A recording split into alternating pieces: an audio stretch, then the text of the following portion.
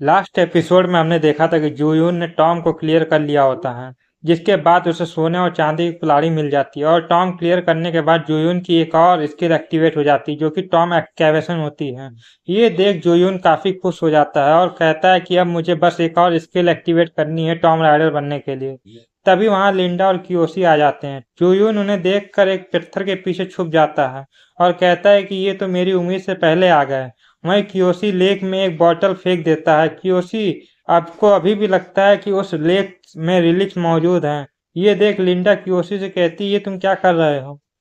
ये सब देख जूयून हंस रहा होता है और कहता है, तुम बेवकूफ लोग, बहुत देर कर दिया आने में। जूयून उन दोनों को देख रहा होता, तभी जूयून सोचता है कि ये आगे भी मेरे कांटे का रास्ता बन सकते हैं। क्यों ना इन्हें खत्म कर दिया जाए। जूयून अपनी चाकू निकालता है, तभी चाकू के ऊपर एक स्क्रीन खुलती है जिसमें चाकू की डिटेल होती है और उसमें लिखा होता है कि चाकू की पावर आधी हो गई है। ये देख जूयून अपना मन बदल लेता है और उस प्रो से कहता है कि क्या तुम मुझे रोकने की कोशिश कर रहे हो? वहीं हम कियोशी को देखते हैं जो कि शॉक में होता है क्योंकि लेक से कुछ भी बाहर नहीं आता है। इस पर कियोशी कहता है कि ये कैसे हो सकता है, भविष्यवाणी में तो साफ कहा गया था कि लेक में एक रिलिक को फेंकना है। ये सुनकर लिंडा चौंक जाती है और कहती है, अच्छा तो जापान में कोई है जो भविष्यवाणी रिलिक का इस्तेमाल कर रहा है। इस पर कियोशी कहता है, अभी ये इम्पोर्टेंट नहीं है, किसी ने पहले ही रिलिक्स को निकाल लिया है। क्या यह एक बड़ी परेशानी नहीं है? इसका मतलब है कि कोई और भी है जो रिलिक्स के बारे में जानता है। उस पर लिंडा कहती है, ये तो सच है और यहाँ किसी के पैरों के निशान भी है। कोई पक्का यहाँ आया था। तभी कियोशी और लिंडा को एक आवाज सुनाई देती है और हम देखते हैं कि जूयून उनका ध्यान भटकाने के लिए पत्थर फेंक रहा होता है। फिर जूयून सोने की कुल्हाड़ी को उठाता है और कहता है कि टॉम को क्लोज कर दो और हम देखते हैं कि गुफा अचानक से ढहने लगती है। वहीं जूयून टॉम के एग्जिट से बाहर निकल जाता है और अपने अपार्टमेंट में चला जाता है और देखता है कि सब कुछ फिर से नॉर्मल हो गया था। तभी जूयून को अपना रूम पार्टनर किम डोंग दिखता है और जूयून किम से कहता है, तुम बाहर क्या कर रहे हो? इस पर किम कहता है कि अचानक से मिट्टी का पहाड़ गायब हो गया। इस पर जूयून कहता है, ये तो अच्छी बात है। ये कहकर जूयून अपने रूम में चला जाता है। वहीं हम कियोशी को देखते हैं जो फोन पर बात कर रहा होता है और उसे पता चलता है कि कोरिया में भी इनकी टीम से पहले किसी ने रिलिक्स को निकाल लिया है। ये खबर सुन कियोशी काफी गुस्सा हो जाता है। फिर सीन चेंज होता है और हम जूयून को देखते हैं जो कंप्यूटर पर टीकेबीएम कंपनी और उसके सीईओ के बारे में जानकारी निकाल रहा होता है, पर उसे कोई जानकारी नहीं मिलती है। तभी जूयून का रूम पार्टनर वहां आ जाता है। इस पर जूयून अपने पार्टनर से पूछता है कि क्या वह टीकेबीएम कॉरपोरेशन के बारे में कुछ जानता है। इस पर डोंग यून कहता है कि नहीं। डोंग यून जूयून से पूछता है कि तुम ये क्यों पूछ रहे हो। इस पर जूयून कहता है कि मुझे टीकेबीएम कंपनी के सीईओ की जानकारी चाहिए, पर डोंग क्यून को कुछ नहीं पता होता है। इस पर जूयून फिर से कंप्यूटर पर सर्च करने लगता है। तभी जूयून को याद आता है कि पार्क क्यू जू का ग्रुप एक कार गैरेज चलाता था। मैं उन लोगों का इस्तेमाल करूंगा टीकेबीएम के सीईओ की जानकारी निकालने के लिए।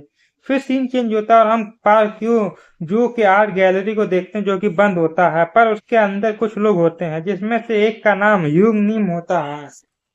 ये वही बंदे हैं जो पार्क क्यून जू के साथ काम करते हैं। आर्ट गैलरी बंद होने के बाद ये बेकार हो जाते हैं। तभी यूंग नीम के फोन पर किसी का फोन आता है और वह जूयून का होता है। जूयून का फोन देख ये लोग घबरा जाते हैं, पर फिर भी यूंग नीम जूयून का फोन उठाता है।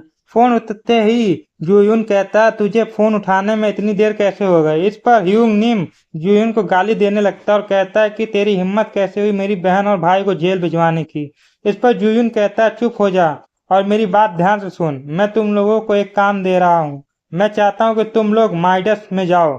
अब माइडस क्या होता है? माइडस दुनिया का सबसे बड़ा ऑक्शन हाउस है जो कि लॉस वेगास में है, जहाँ पर कीमती चीजों की नीलामी होती है। जूयुन कहता है कि मैं चाहता हूँ कि इसी महीने तुम माइडस में जाओ और मेरे लिए एक इंसान को ढूंढो और उस इंसान का नाम है जैक कायमैन।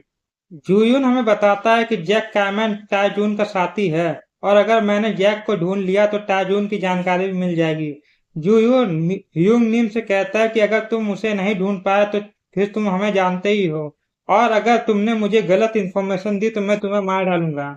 ये सुनकर सभी डर जाते हैं और जूयून की बात को मान लेते हैं। फिर जूयून नए रिलीज को ढूंढने के लिए निकल पड़ता है। जूयून मेट्रो स्टेशन पर होता है, तभी उसके पास कियोशी आता है जो काफी गुस्से में होता है और जूयून से कहता है कि तू रास्ते में खड़ा है। कियोशी को देख जूयून कहता है कि ये हरामी यहाँ क्या कर रहा है। अगर ये यहाँ पर है इसका मतलब है कि अगला टॉम यहीं आसपास अफेयर होने वाला है। जूयून क्योशी से कहता है कि चुप हो जा, क्यों चिल्ला रहा है, तुझे क्या लगता है मैं तेरी बातें समझ नहीं पा रहा हूँ। इस पर क्योशी चौंक जाता है और कहता है कि आप भी जापानीज हैं, मुझे माफ कर दीजिए।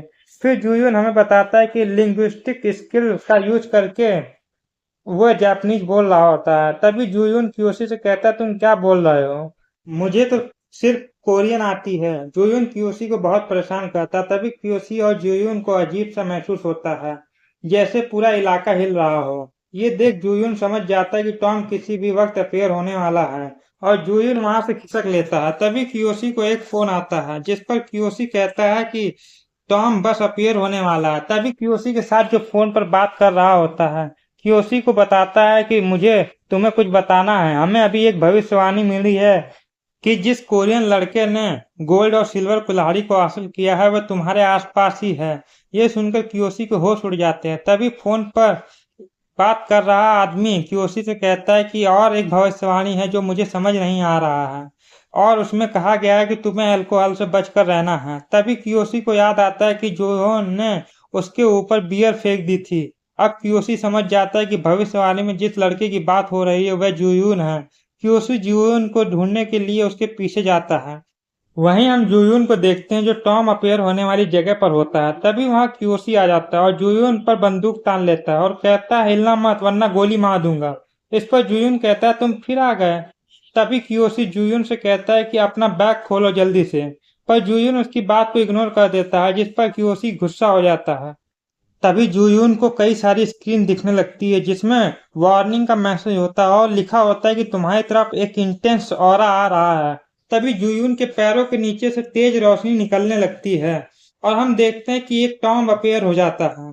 और इसी के साथ ये एपिसोड यहीं खत्म होता है। वीडियो अच्छी लगी हो तो वीडियो को लाइक करें, शेयर करें और चैनल को सब्सक्राइब करना ना भूलें।